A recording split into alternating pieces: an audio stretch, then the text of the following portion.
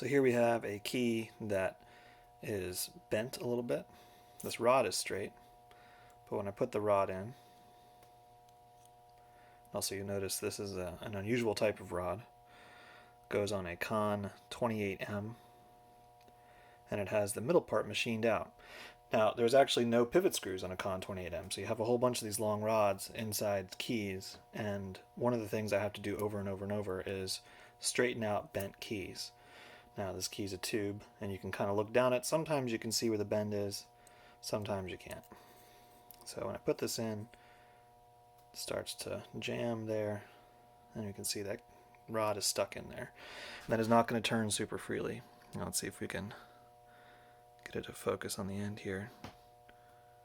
You can sort of see on this side here, there's a little bit more of a gap than there is on this side.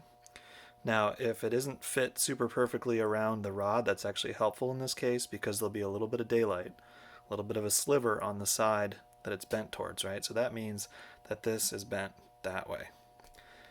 And what I'm going to try and do is if I can figure out which way it's bent and I kind of support it along its length and very gently bend it, that rod should drop right back out. Now, I'm just doing this for demonstration purposes.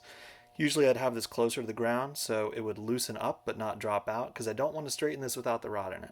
Okay, I want to straighten this with the rod in it, so I'd put it just a little bit above and then do it. And then when it starts to move, I can tell I'm going in the right direction. This, I just want to show you what I mean. Right?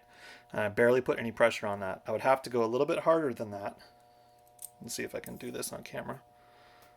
Go a little harder than that. Hopefully you can see what I'm doing, because now I'm not doing this through the viewfinder. So I'm putting this closer to the ground. See, when I put pressure on it, it starts to move. Go a little harder. And there we go. Now that is moving much more clearly. Let's try just a bit more, slightly different angle.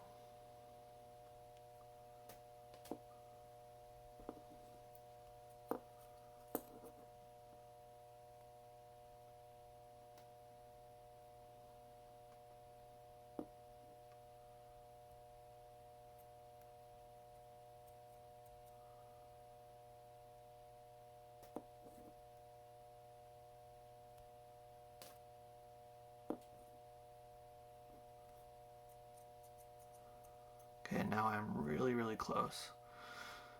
So just kind of doing that back and forth a bit until I get it exactly how I want it, so that it's not ever getting caught in there.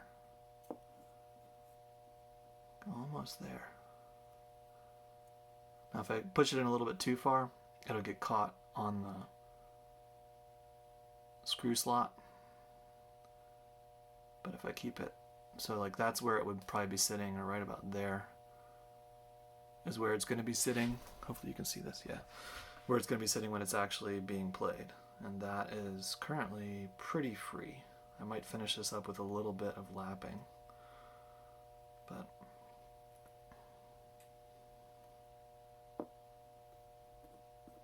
a little bit more maybe.